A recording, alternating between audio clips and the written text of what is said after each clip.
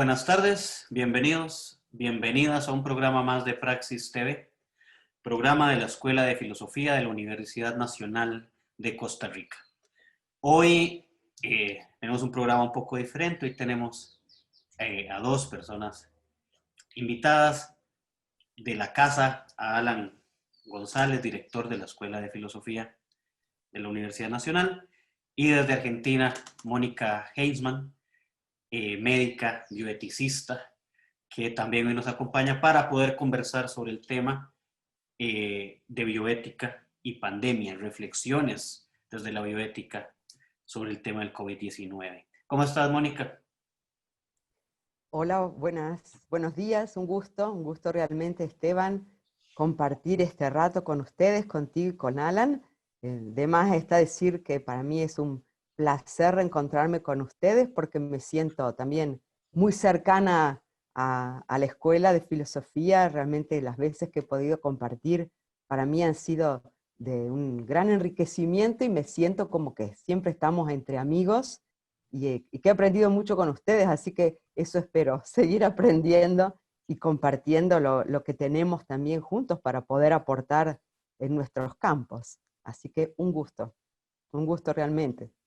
Bueno, no, el sentimiento es mutuo, más bien es un gusto volver a ver a Mónica. Hace un año que estuvo aquí en Costa Rica y hubiéramos querido que por estas fechas también estuviera por aquí, pero bueno, se vino toda esta situación de la pandemia y ha trastocado un poco ahí los planes que se tenían, de lo que se diría que a veces pues no hacer como muchos planes y sobre todo en esta época que yo creo que hay una cuestión de certeza que se pierde y que afecta mucho a las personas, eh, que de alguna u otra manera se han quedado sin una respuesta ante cómo manejar la incertidumbre, lo cual me lleva a una de las preguntas que han surgido en las últimas semanas en el campo de la medicina, en el campo de la filosofía, que lo ha manejado a su manera desde hace pues bastantes siglos, pero también desde el punto de vista de la ciencia, que si se quiere, entendiendo la ciencia que surge en el siglo XVII, es una cuestión un poco más reciente en su cuerpo estructurado de cómo funciona, pero nos encontramos con esta idea de la certeza, de no tener certidumbres, y por otro lado, pues tenemos una forma de pensar la bioética que trata también de responder a estas situaciones. Entonces, Mónica, yo le haría, digamos, una de las primeras preguntas. En este contexto de incertidumbre, ¿cuál sería el papel que tiene la bioética? Que puede, como decía Potter, es una disciplina que trata de hacer puentes y los hizo en las disciplinas que se pensaron inicialmente, pero ¿cómo sería este puente entre ya la bioética, entre la ciencia, entre las personas en su contexto de, de, de esta incertidumbre? ¿Cuál es ese papel de la bioética particular? No desde una perspectiva más principialista, pero sí como ese cuerpo que nos ayuda también a ver el mundo y a tomar ciertas decisiones.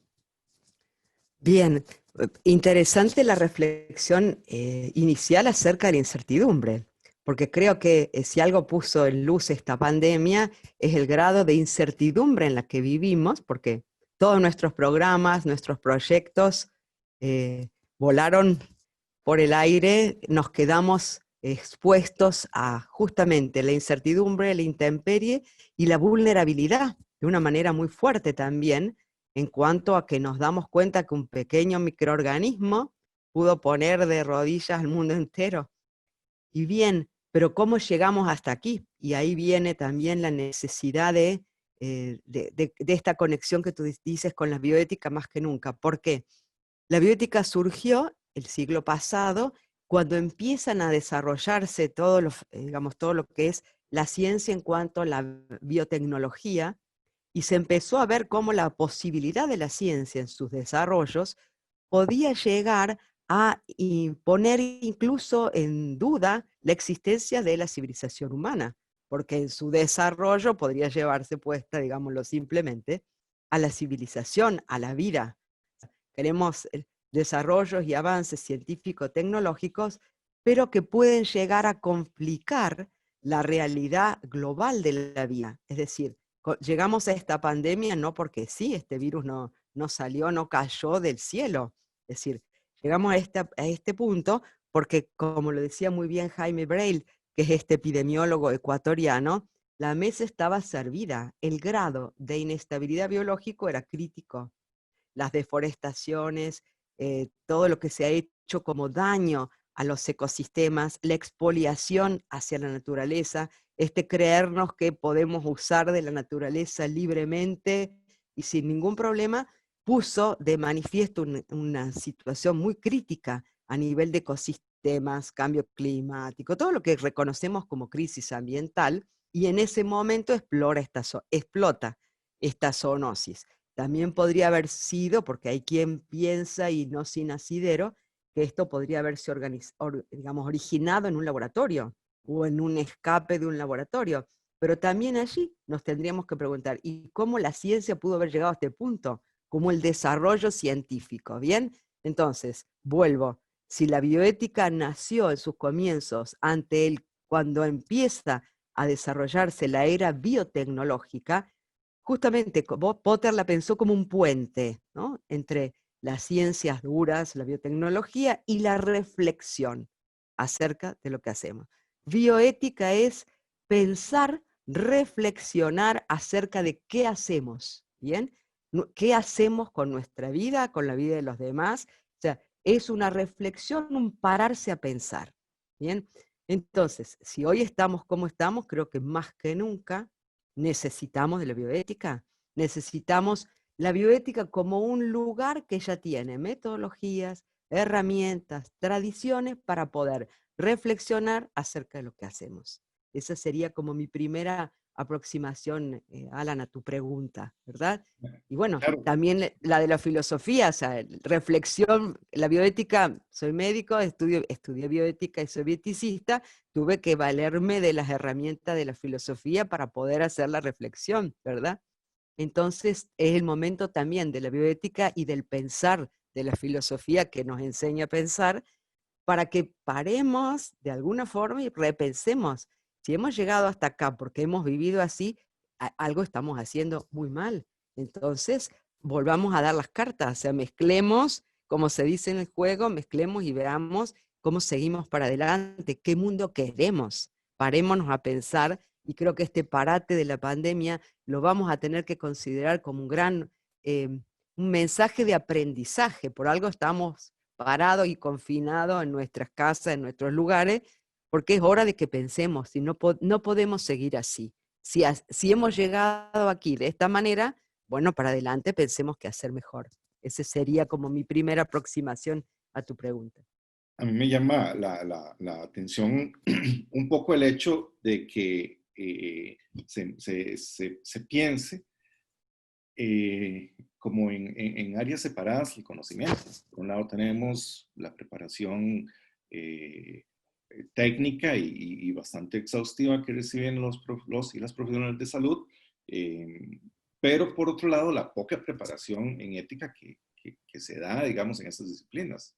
Quiere pensar que la medicina, al trabajar con personas, debería tener una reflexión también un poco orientada hacia cómo entender a las personas, y más bien desembocó en lo que la bioética también trató de entender, que era esta idea de un paternalismo médico y todo ese conjunto de conocimiento al cual solo un poquito de personas podía tener acceso y los demás pues tenían que seguir lo que el médico les decía. En ese sentido, uno pensaría, como decía anteriormente, que tenemos a la ciencia que surge siglos XVI, XVII, pero esa idea que hace Francis Bacon de que a la naturaleza hay que exprimirle y sacarle los secretos, como torturar a una bruja para sacarle todos los secretos para dominar el mundo. Y cuando usted menciona que un poco es esa necesidad en la que estamos, de que este virus o esta pandemia se puede ver como un resultado que responde a esas situaciones en las cuales se ha establecido un, un completo destrozo del ambiente, de las relaciones entre personas, porque inclusive ahora vemos que uno podría decir que ya esa goma moral que terminó con la Segunda Guerra Mundial, donde veíamos o se veían a las personas como se les quitaba esa naturaleza humana, como hicieron los nazis con los judíos, esa idea de ese fascismo que estuvo tal vez desde finales del siglo XIX, pero que agarra su clímax en el 33, cuando sube Hitler.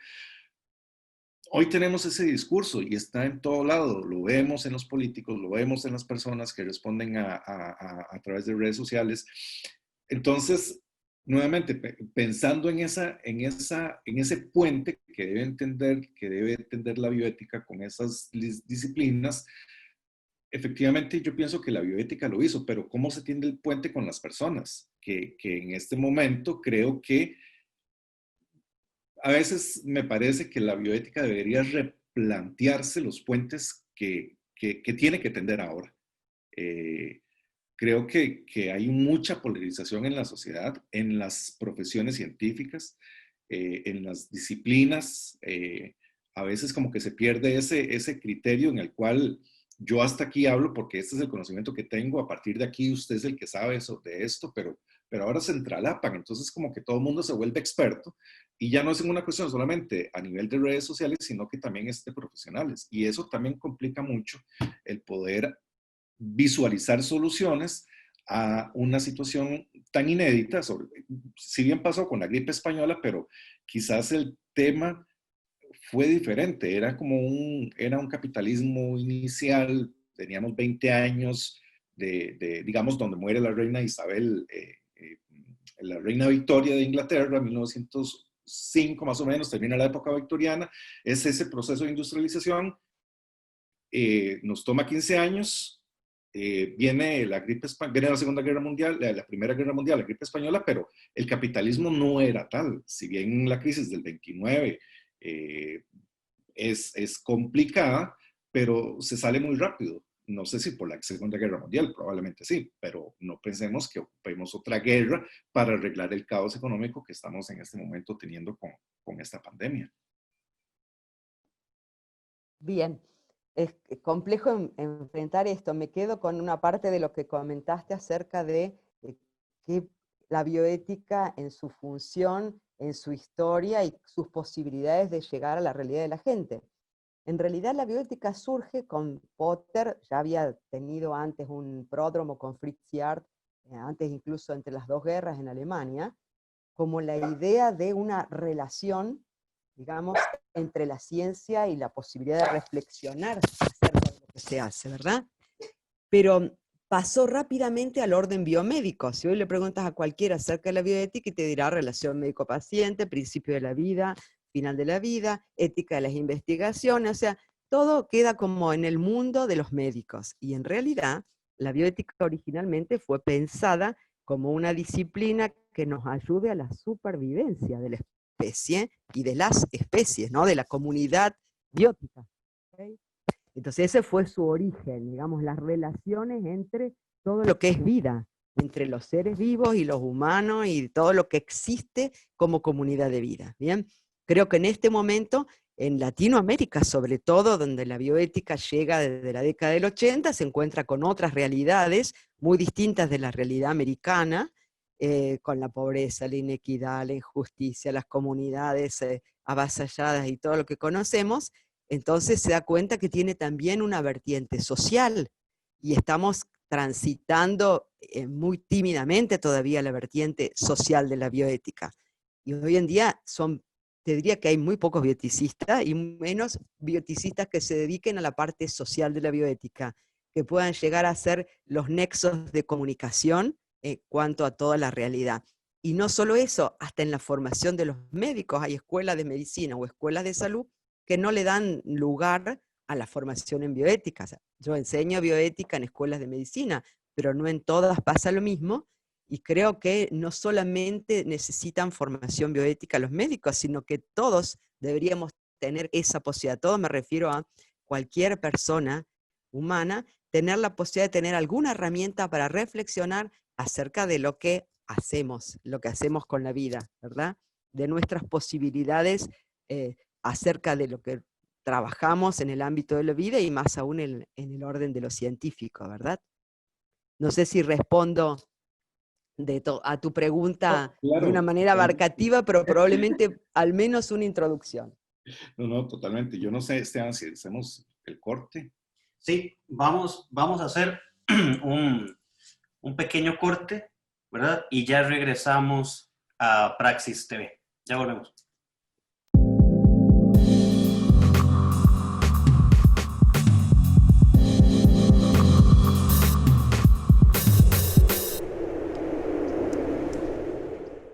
Bienvenidos, bienvenidas de nuevo a Praxis TV. Continuamos conversando con Mónica Heisman y con Alan González sobre el tema de pandemia y bioética. Hay un tema por ahí que se arrastra del bloque anterior y que conversábamos fuera de cámaras.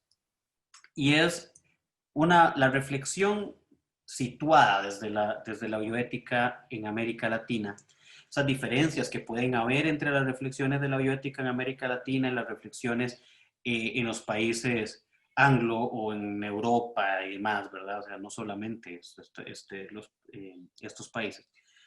En términos de esto que se enfrenta a la bioética en el contexto social de desigualdad, de pobreza, de acceso a la salud y cómo esto impacta estas reflexiones en el marco de esta pandemia.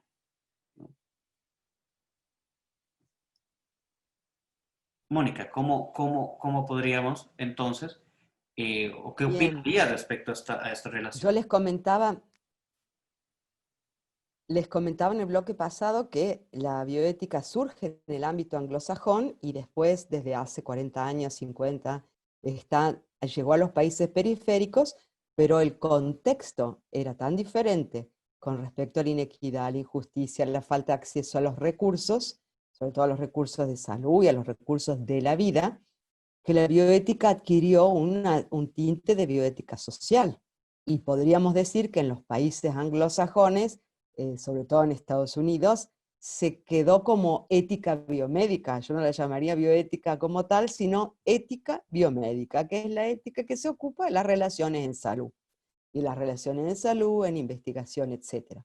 Pero también la realidad de hoy nos muestra que los países del norte del mundo, si pensamos en Estados Unidos, por ejemplo, en este momento es víctima de enormes desigualdades en la realidad de la atención a la salud. Los más perjudicados por esta pandemia son los más vulnerables y vulnerados, que son las comunidades afrodescendientes, los latinos y los que no tienen ningún acceso a la salud. O sea, en el fondo, o sea, en nuestros países, a pesar de todas las limitaciones que tenemos, la salud tiene una característica más social. El Estado ha podido proveer mal o bien, pero de distintas maneras a esto, y entonces es llamativo esto. O sea, creo que les serviría la bioética como se la piensa en los países periféricos, a los países llamados centrales o del norte o mal llamados desarrollados, mal llamados, sino digámosle países anglosajones, ¿verdad? Eso por un lado. Creo que en todo lo que se ha ido consiguiendo en cuanto al desarrollo del pensamiento bioético en los países periféricos es muy interesante.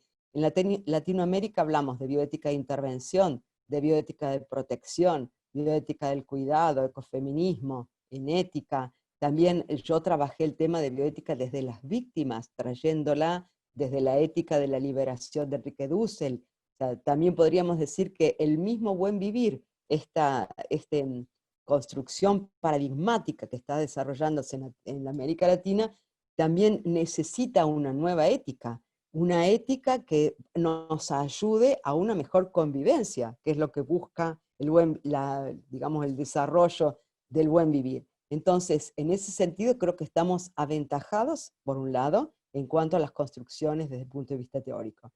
Y después, desde el punto de vista práctico, es cierto, tenemos las limitaciones de nuestros países, que la gran inequidad hace que obviamente estemos todos en el mismo barco, pero en distintos camarotes. Hay gente que vive la pandemia en primera clase y otros que ni llegan a la bodega. Es decir, mismo barco, pero en lugares muy diferentes, ¿verdad? Y eso es parte de nuestra realidad social, pero sin duda con algunas ventajas, al menos desde lo teórico y desde el desarrollo del pensamiento.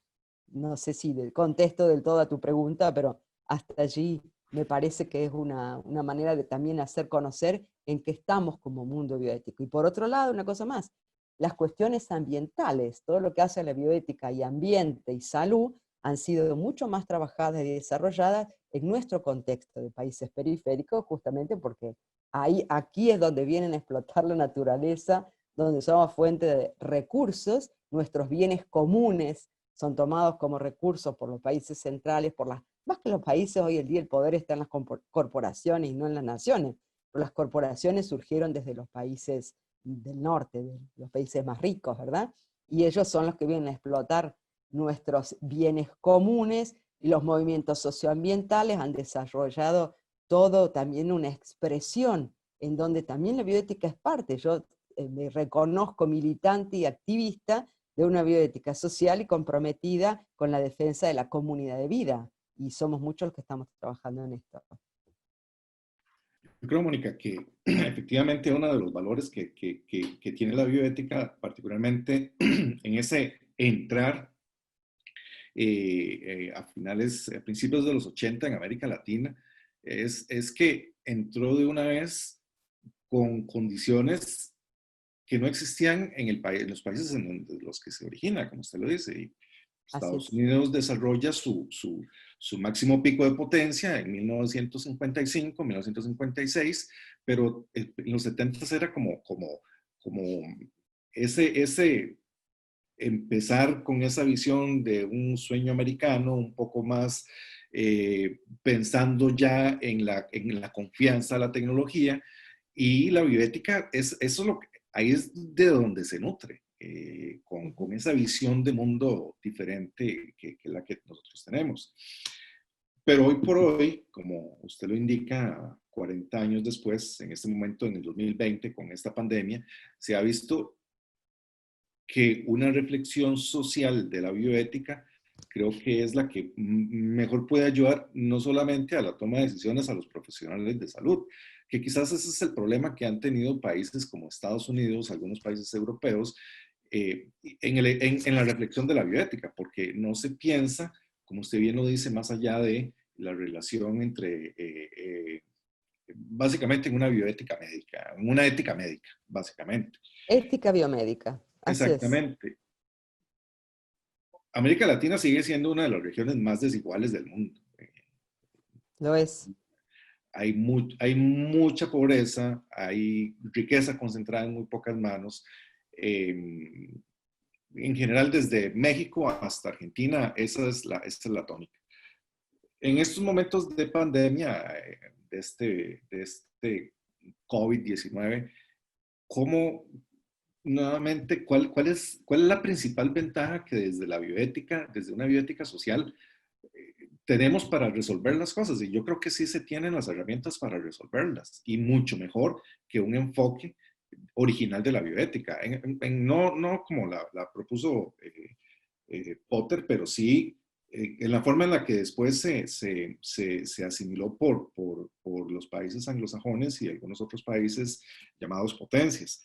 Entonces, en este escenario de tantas desigualdades, de tantas inequidades, como usted bien dice, que bien que mal los gobiernos han hecho algo, pero ¿cuál es la fortaleza de la bioética que ahora nosotros tenemos? Creo que nosotros tenemos la fortaleza de la bioética en reflexión teórica que ya no tienen los países del norte, porque ahora es cuando ellos se dan cuenta de que tienen lo que América Latina ha tenido siempre, inequidades y problemas para el acceso a la salud, que quizás lo tenían debajo de la alfombra, que no se viera, o a punta de tarjetas de crédito, a punta de deuda, pero ¿cuál es la principal ventaja que nosotros tenemos en América Latina? Justamente yo creo que la gran ventaja ha sido que nuestra realidad nos ha hecho evolucionar en cuanto a una enorme reflexión teórica, y uno de yo te diría que el hito más importante en la vida de la bioética después de su origen fue la Declaración de Bioética y Derechos Humanos. Es decir, la Declaración de Bioética y Derechos Humanos de la UNESCO si bien fue promovida por UNESCO, pero el grueso de la reflexión y todo lo que se trató, digamos, de trabajar para incluir artículos tan importantes como la responsabilidad social de los estados, todo lo que incluye la salud, la preservación del ambiente, además un montón de cuestiones sociales que están en esa declaración, fue gracias a los bioeticistas de los países periféricos, Latinoamérica, África y Asia, o sea, sur del mundo. ¿Bien? O sea, se trabajó en eso porque fíjese que esa declaración partió de UNESCO y estaba armada como una hermosa declaración para ética de la investigación. ¿Bien? Fue con un enorme trabajo de los bioeticistas de los países periféricos, cuyo resultado fue la famosa Carta de Buenos Aires del 2004, que se logró incluir en esa declaración cuestiones tan valiosas como responsabilidad social de los estados y al mismo tiempo del valor que tiene para la vida y para la salud los otros determinantes, los determinantes sociales de la salud. No podemos hablar de salud si alguien no tiene acceso a la alimentación, al agua potable, a la educación, a un ambiente sano, ¿verdad? A la comida, a todo lo que hace a la vida, ¿no? A las herramientas que hacen la vida. Por eso yo creo que eso, vemos bioética y derechos humanos que tiene un enorme desarrollo en Latinoamérica, como les dije antes, de intervención, de protección, desde las víctimas. Hay distintas miradas que tienen un muy valioso entramado, al menos teórico, y también en cuanto a las discusiones y a las herramientas para poder trabajarlo. Con esta pandemia hemos visto una cosa más. Fíjense que algunos países latinoamericanos tienen comisiones nacionales de bioética.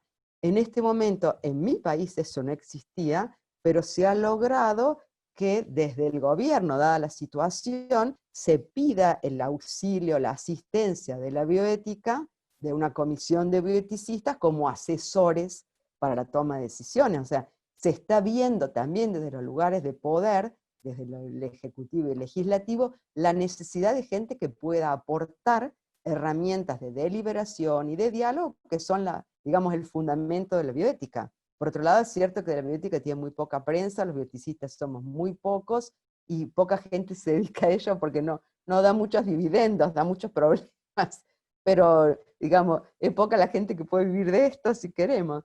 Pero vuelvo, fuera de broma, con un fondo de verdad, a decir que sí tenemos más herramientas y que creo que en este momento los países anglosajones podrían tranquilamente empezar a mirar acerca de bioética y derechos humanos para poder ayudar en sus realidades tan conflictivas en este momento y de tanta inequidad. A mí me parece interesante, ¿verdad? Pensar la relevancia de visibilizar, más bien, este elemento político, sumamente político, en la discusión en las discusiones bioéticas, ¿verdad? Ver, digamos, que Frank Henkel-Hammer, en concordancia con lo que planteaba Dussel, hablaba de una ética para la vida, para la reproducción de la vida, ¿verdad? Entonces, nos lleva a pensar en a quién nos referimos para esta reproducción de la vida, cuáles racionalidades se han venido reproduciendo, incluso en este tipo de discusiones, hacia quién va dirigida o a quién le afirmamos su derecho a la vida, a quién le negamos esta discusión en los planos de desigualdad, en los planos de desigualdad social, ¿verdad? Y lo valioso que se vuelve esta discusión en estas partes, y en esas partes políticas tan relevantes, porque normalmente si hablamos o si trabajamos o mencionamos simplemente la palabra bioética, normalmente la gente que no esté familiarizada con el campo, que no trabaje en estas áreas, posiblemente lo reducirá a una cuestión investigativa, científica, simple y sencillamente, y se obvia esta parte tan relevante que tiene la bioética y que estamos llevando ahorita a la discusión.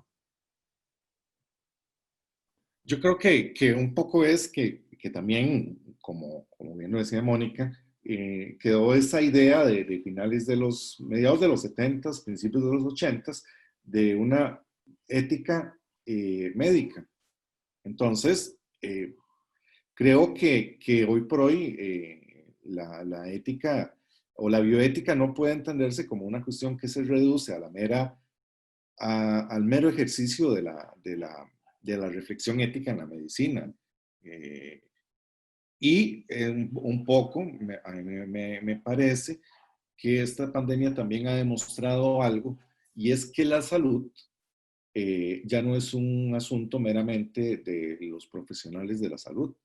Ahora tenemos disciplinas como bioestadística, sistemas biológicos, biomatemática, análisis de datos, viene toda la cuestión que tiene que ver con el expediente digital, toda la información que ahí se almacena y que tienen que revisar informáticos, administradores de bases de datos, personas que sepan, que hagan modelos epidemiológicos, modelos de esto, modelos de lo otro, y en eso está la persona, pero ya la salud se vuelve una cuestión que ya no es exclusivamente, como tal vez fue hace unos 100 años, una relación entre la persona y el médico. Ahora es algo mucho más complejo en esa dinámica en la que creo que esta pandemia también ha demostrado la vasta complejidad a lo que se ha llevado también el ejercicio de la medicina. Que como digo, ya no es solamente es el médico, ya no es el enfermero, es que ahora son los datos y con esos datos los vemos, los analizamos, tomamos decisiones y tenga, esto es lo que le parece. Este algoritmo que sale de esta decisión, de estos datos, que está hecho por el insumo de, nuevamente, quizás médicos, pero bioinformáticos, biólogos, etcétera. Este es el zapato en el cual usted tiene que usar, y si le queda bueno, y si no también. Es como la metáfora que uno podría pensar en este momento. Bien, tu reflexión viene muy bien para que hablemos de qué es realmente salud, cómo la miramos a la salud. No sé si tenemos tiempo, Esteban, o si lo hacemos después del corte, tú me dices. Vamos a hacer un corte, pero sí, en efecto, Bien. este tema cae muy bien, porque ¿Qué es además... la salud realmente y Ujú. cómo la estamos mirando ahora y cómo reflexionamos acerca de eso, sin duda? Y nos lleva Okay. a una reflexión importantísima, que es a partir de esta discusión del acceso a la salud, de los sistemas de salud, que se empieza a cuestionar el modelo económico, que eso también Bien. ha empezado a retumbar a partir de esta pandemia. Ya regresamos, vamos a hacer un corte y ya volvemos a Praxis TV.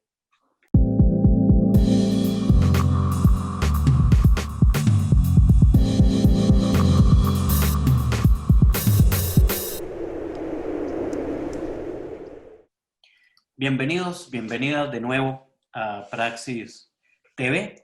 Continuamos conversando con Alan González, el director de la Escuela de Filosofía de la Universidad Nacional, con Mónica Heitman, médica y bioeticista argentina, sobre el tema de bioética y pandemia. Mónica, quedábamos el bloque anterior en la pregunta de qué es la salud y entender la salud más allá de la medicina, relacionada a cosas incluso que no contemplamos, e incluso también más allá de tener salud simple, sencillamente para seguir produciendo y seguir con las dinámicas de trabajo del día a día, ¿verdad? Entremos a esta parte muy importante y continuamos entonces con lo que veníamos hablando. Bien, me parece muy importante porque creo que la vida y la mediatización, la globalización nos ha llevado a creer que, o sea, la salud es ir al médico y que nos atiendan, y que, o sea, la relación salud-enfermedad es muy controvertida. En realidad, salud la vinculamos, como también decías tú, Alan, bioestadísticas, epidemiología, biodatos, todo, pero todo eso hace parte de una cierta lógica, cuando en realidad me tocó trabajar el tema salud, y en la mejor definición que encontré de salud, fíjense, es la definición, la palabra salud en algunas culturas originarias no existe, como en la Aymara y los pueblos andinos. Existe una palabra que significa vida saludable, ¿bien? Y que es la que surge de tener buenas relaciones, ¿ok? Buenas relaciones consigo mismo, con los demás y con lo demás, ¿bien? Hoy también en muchos otros ámbitos, sin ser pueblo originarios, pero coincidiendo, se cree que eso es salud, es la coherencia y las buenas relaciones. ¿Ok? Qué lejos que está eso del análisis, la data, el hospital. ¿Bien? O sea, realmente si uno fuera coherente consigo mismo y estuviera en armonía con sus relaciones, con el medio y con el resto de la gente, es más, ahora mismo lo estamos viendo con el COVID. La vacuna, la vacuna, la vacuna. Estamos viendo que las personas que están en buenas condiciones, digamos, de armonía en su físico, en su emocionalidad, en su alimentación, en sus relaciones, pueden tener el COVID positivo, pero no se van a enfermar, ¿ok? No están enfermas, pueden tener hasta el PCR, el positivo, pero no van a sufrir la enfermedad. Eso pasa con todas las enfermedades. O sea que, ojo, porque realmente hemos, digamos, relegado el concepto de salud a lo que la ciencia nos dice, y hoy en día, yo lo digo siempre a mis alumnos, somos víctimas del mercado de la enfermedad, porque obviamente es mejor para el mercado que estemos enfermos, ¿eh?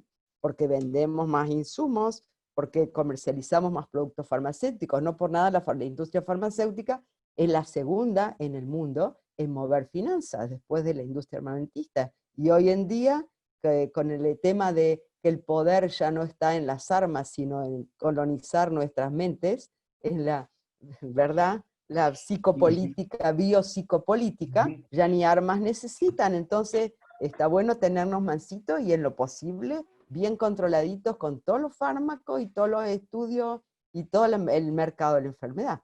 Perdón que sea tan brutal en lo que digo, pero me parece que es bastante gráfico mostrarlo desde ese lado. Hoy la salud no es un negocio, la enfermedad sí, porque mueve dinero. Entonces, también en esta pandemia estamos viendo, y lo decía recién, la salud debería pasar por ayudarnos a estar mejor como seres humanos, y no por buscarnos qué medicamento y qué santa vacuna, o sea, o bendita vacuna, no sabemos. Es más, un virus que está tan cuestionado, no va a ser tan fácil hacer una vacuna, ¿de acuerdo? Es mucho más probable que nosotros como familia humana, como comunidad biológica, nos autoinmunicemos. Autoinmunicemos quiere decir seamos capaces de generar nuestras propias defensas sin que nos venga introducida por un elemento diseñado en un laboratorio. Eso es una opinión que algunos comparten, si bien es muy controvertida. Yo concuerdo casi completamente con Mónica. Basta con ver en televisión un instante la sección de noticias, perdón, la sección de anuncios. Si el segmento de anuncios dura 2 minutos, por lo menos son 4 anuncios de medicamentos. No se detenga, Panadol fuerte, si el síntoma continúe, métale un gol con Panadol, está en los deportes, tiro de esquina Panadol, y uno dice, pero a ver, ¿por qué tenemos que tener, digamos, una promoción de medicamentos en el deporte cuando hay otros que no pueden ser elementos que patrocinen el deporte? Que está en esa línea, porque al final de cuentas es, como bien dice Mónica, el negocio está en la enfermedad, porque evidentemente las personas sanas que dejan. Exactamente. Entonces, y de hecho uno lo ve un poco con esto del COVID, que como lo dice Mónica, y el asunto aquí está en ver cómo se fabrica una vacuna, ver si tenemos las posibilidades de generar alguna inmunidad, pero vean que el modelo que en este momento es el que sirve, uno podría decir que es un modelo de la medicina preventiva, es el distanciamiento social, el lavarse las manos, que eso de avance tecnológico en el sentido de una medicina tecnologizada que tiene, no tiene absolutamente nada de novedoso. Bueno, quizás solamente con las reglas de sanidad que se empezaron a desarrollar, porque evidentemente eso es un asunto de sentido común, pero ahí no hay ninguna tecnología, ahí no hay ninguna magia, es solamente una cuestión de cómo aplicamos un modelo preventivo, porque el modelo curativo no alcanza. Y entonces el modelo curativo es de sí, vamos a ver si tenemos una pastilla, si tenemos una vacuna, pero sí, eso no es lo más lo que podemos hacer. Entonces, eh, toda la tecnología que está alrededor de la medicina, uno podría decir, para que las personas y para que esto se contenga, y simplemente es lavado de manos, son reglas de higiene básicas, que no tienen ningún secreto tecnológico. Entonces, ¿dónde queda esa gran industria tecnológica de la medicina? Que uno podría decir, bueno, que es el caso de Estados Unidos, que apuesta a una gran medicina tecnológica, pero no a una medicina social en el sentido de que atiende a toda su población. Exactamente. Y además, uno de los problemas más interesantes en esto es que la buena alimentación podría ser la mejor medicina, además de las medidas que tú dices que son preventivas y que las aprendemos de chicos y en casa. La buena alimentación es fundamental porque si nuestro cuerpo está bien alimentado, si tiene los nutrientes necesarios, va a estar sano. Es más, si descansamos, si tenemos tiempo para el ocio, vamos a estar aún más sanos, pero corremos el riesgo que en el ocio podemos pensar y podemos llegar a cuestionar cosas que están demasiado establecidas para ser cuestionadas. ¿Bien? Pero me llama la atención también que todo lo que se promociona, nadie promociona todas las buenas cosas que tiene la naturaleza para curarnos. No por nada se dice que el alimento sea tu medicina, y lo dicen desde las antiguas civilizaciones, ¿verdad? Y otra cosa que está pasando en el mundo, cada vez más está más contaminado el alimento, y nos tenemos que comer alimentos que tienen contaminantes, que tienen tóxicos, que tienen organismos genéticamente modificados, en vez de poder consumir cosas que la naturaleza muy bien nos ha ido otorgando con su propia evolución, como lo podemos verificar cada vez más. Y una de las buenas cosas de esta pandemia, acá digo una buena, por ejemplo, en nuestra zona cada vez más gente, sobre todo los jóvenes, está consumiendo alimentos que son orgánicos, que están producidos de una manera sana, están aprendiendo a comer. Bien, dejaron la comida chatarra y la industrialización, están aprendiendo a comer porque se dan cuenta de que la salud pasa por otro lugar y no por los medicamentos.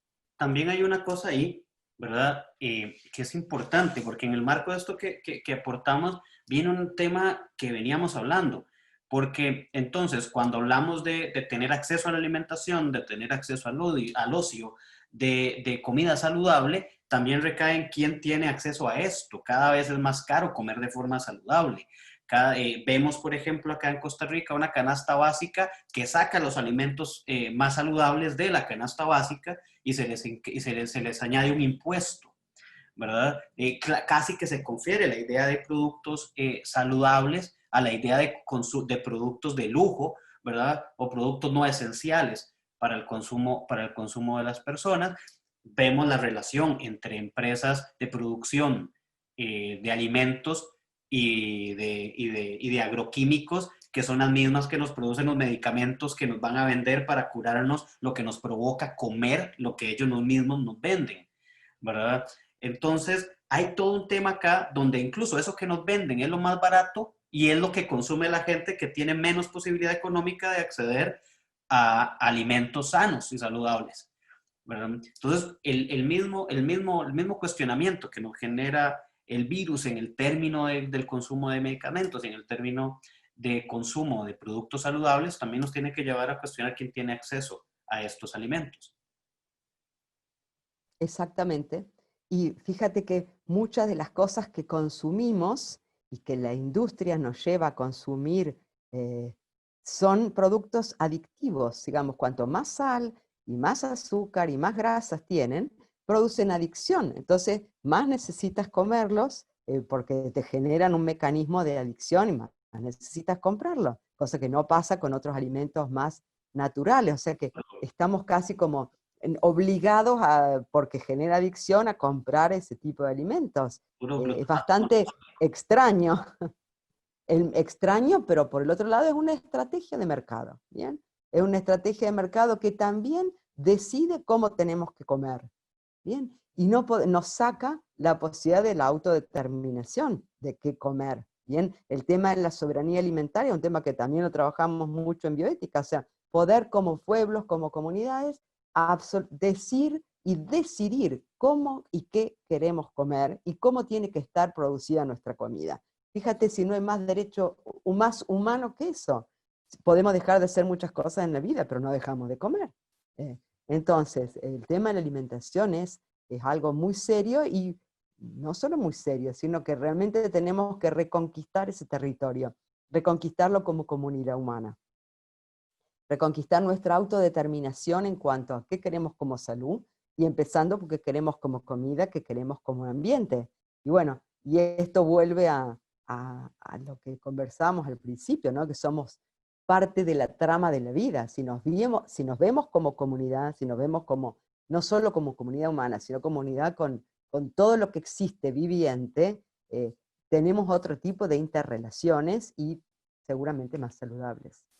Creo que me fui un poco de lo que empezaba, pero me entusiasmé con el tema de la Hay comida. algo, hay algo que quería agregar con respecto a lo que había dicho Mónica. Hay un libro que estaba leyendo en esos días que se llama Filosofía de la Medicina, de Alex Broadbent. Hay un autor que cita, que se llama Porter, que es un historiador de la medicina, y menciona algo, bueno, la idea que menciona es que el mayor éxito que ha tenido la medicina, y lo ve, por ejemplo, en el momento en el que empezaron a disminuir enfermedades como la difteria, la tifoidea, la tuberculosis, etcétera, fue más debido a las mejoras urbanas, a una mejor nutrición, a la salud pública, que a una medicina curativa, que es lo que mencionaba Mónica, que tenemos una mejor nutrición, nuestros cuerpos pueden ser más, mejorar los procesos de defensa del organismo ante el medio ambiente, porque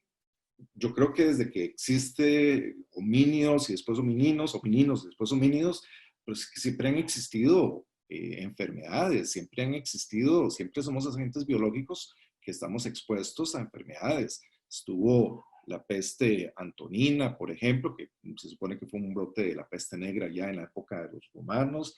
Hubieron otras plagas anteriormente. Hay un libro que por ahí mencionaba que por lo menos desde el año 300 hasta 1950, yo creo que son como 5 páginas de virus de pandemias que han salido de China. En fin, eso es como para decir que nosotros estamos expuestos y la humanidad ha sobrevivido, ha encontrado el cuerpo, los mecanismos de regulación entre un virus y el equilibrio que debe tener el cuerpo humano. O sea, siempre el cuerpo humano trata, o evolutivamente, por eso es que se ha enfrentado a enfermedades, si no nos hubiéramos muerto hace mucho tiempo. Entonces, ese papel que juegan todos los determinantes sociales de la salud son los que yo creo que son los que nos hacen la reflexión de los elementos que nos ayudan a tener un éxito sobre una pandemia. Más allá de que exista una vacuna que refuerce o no el hecho de nuestro sistema inmune, pero para conquistar enfermedades como estas es una cuestión que tiene que ver también con la forma en la que se construye socialmente la salud. No tanto, evidentemente no la enfermedad, pero sí la salud. Absolutamente. Es muy importante esto porque la salud hoy en día no se considera solamente como algo individual, ni siquiera social. O sea, hablamos de que tenemos salud como personas y también vivimos en un ambiente sano. La salud de la madre tierra, la salud de la naturaleza, hace que nuestra salud humana, ¿bien? O sea, nuestra salud como personas, como comunidades. Por eso creo que incluso es muy interesante, cada vez más se habla de una sola salud, ¿no? One Health, una sola salud. Y esta palabra tan importante que nació de comunidades y de grupos hasta ambientalistas, ahora está siendo tomada incluso por la Organización Mundial de la Salud como paradigma, ¿bien? Y quiero aclarar, no es que estoy en contra de la ciencia, si no hubiera sido por el desarrollo de la ciencia, no viviríamos los años que vivimos, no tendríamos solución a muchos problemas serios de salud que ahora tenemos. Pero lo que sí quiero aclarar también es que hay una parte de la ciencia que se ha transformado en parte del mercado, ¿bien? Del mundo del mercado capitalista, que lo único que le interesa es vender y ganar. Entonces, en contra de esa ciencia sí me pronuncio, y creo que, y por eso tampoco me considero antivacunas, hay vacunas que sirven, otras que no. Lo que quisiera que quede claro es que creo cada vez más que la salud es social, que la salud habla de relaciones, de coherencia, que la salud implica la salud ambiental como la salud personal, ¿bien? La salud comunitaria, y que probablemente nos vamos a estar más sanos relegándonos cada uno dentro de sus habitáculos. Es probable que si tuviéramos posibilidad de encontrarnos y sentirnos más acompañados, tengo mis dudas acerca de que eso inclusive podría ayudarnos a sentirnos mejor, ¿no? Porque somos seres sociales, somos seres que necesitamos vivir en comunidad, nos afecta mucho, quizás nosotros porque estamos comunicados, pero las personas mayores, las personas ancianas. Yo he perdido a mi madre en esta época, y no la he podido acompañar del todo como quisiera, y tampoco creo que, me duele decirlo, pero ¿cuántos ancianos que han quedado solos en este aislamiento? O sea, ¿qué estamos haciendo? O sea, por tener menos enfermedad nos estamos perdiendo en humanidad, cuanto realmente nuestro valor es el encuentro, nuestro valor es acompañarnos, ayudarnos, somos más humanos en la medida que estamos juntos. Perdón por este excursus, pero me parece que era necesario porque hace también a la salud. No, totalmente, totalmente de acuerdo. Y creo que eso es uno de los problemas al cual nos ha desnudado esta pandemia, que en realidad ha desnudado un montón de problemas. Aquí en Costa Rica los tenemos. Hubieron, quizás la gente lo sabía, pero si no es por una pandemia, la gente no lo toma como en serio, que es las condiciones laborales que tienen los inmigrantes que vienen forzados porque sus países tienen problemas en muchos ámbitos, y que tratan de encontrar una manera de mejorar su situación, vienen a un país como acá, pero las condiciones laborales prácticamente son casi que de explotación laboral. Y si no es por un virus como este, la gente ni se entera y poco le importa. Creo que un poco ha sido también esa idea de que de que el capitalismo lleva al egoísmo a las personas o a un aislamiento, etcétera, etcétera. Pero yo creo que el capitalismo no ha logrado eso todavía. Todavía, como usted dice, tenemos una... Enhorabuena. Y yo creo que eso lo ha demostrado un poco porque es, como usted lo dice, es ese sentimiento de estar con la otra persona. Porque yo creo que el capitalismo más salvaje es ese en el cual ya no nos importa si salimos o no salimos. Mientras yo no pierda mi plata y mientras yo no pierda mi economía, no me tendría por qué moverme. Pero creo que eso sería ya una reflexión de otro programa sobre Seguro. sobre estos temas. Seguro que hace falta más tiempo. Sí, Sin sí. duda que una cosa que, solo un segundo agrego a lo que tú dices, si hay algo que nos vamos a, me parece que lo que nos va a ayudar esta pandemia es a la posibilidad de reflexionar acerca de nuestra vida, y acerca de nuestra vida personal y comunitaria, de qué estamos haciendo con nosotros y con nuestro planeta y con nuestra salud. Y bueno, vuelvo al principio, esa es la tarea de la bioética, las herramientas y la posibilidad de, con diálogo, con deliberación, repensar lo que hacemos, darnos el tiempo y la oportunidad. Y creo que mejor que esta no tenemos. Ujú. Exactamente. Bueno, se nos va el tiempo, bueno, o se nos fue el tiempo. Nos queda pendiente todavía el tema de los medios de comunicación, ¿verdad? Y la forma en que han abordado este tema y cómo esto ha impactado, un tema que hablaba Alan antes en el primer bloque, respecto a cómo se gesta y se desarrollan un montón de opiniones en redes y en otros espacios, de que van mucho en relación a los campos estos que venimos conversando, ¿verdad? Bueno, se nos fue el tiempo, pero podríamos pautarte. Hay que hacer otro programa entonces porque nos queda Va a haber que hacerlo en una segunda vuelta. sí, Sí. nos queda este tiempo, nos queda este tema y creo que nos quedan otros temas más por ahí que hay que desarrollar. Mónica, muchísimas gracias. Muchísimas gracias por acompañarnos. Gracias a ti, gracias Alan, un placer realmente. Yo me Placer, Mónica. quedaría horas hablando con ustedes porque la verdad que es muy, muy interesante y es muy bonito esta posibilidad. Les agradezco enormemente esta ocasión. Salen las cosas que realmente nos ayudan y ojalá que ayude a muchos también lo que podemos reflexionar entre nosotros. Un placer. Gracias. Muchas gracias, Mónica. Y gracias, Alan, también, que hoy nos acompañó y nos tiene que seguir acompañando en otros programas más adelante. ¿Verdad? Óptimo. Comprometido en el programa de una vez. Pero bueno, Buenísimo. un gran abrazo. Muchas gracias a todos y a todas que nos observan. Esto fue Praxis TV, programa de la Escuela de Filosofía de la Universidad Nacional de Costa Rica. Hasta la próxima. Gracias. Hasta luego.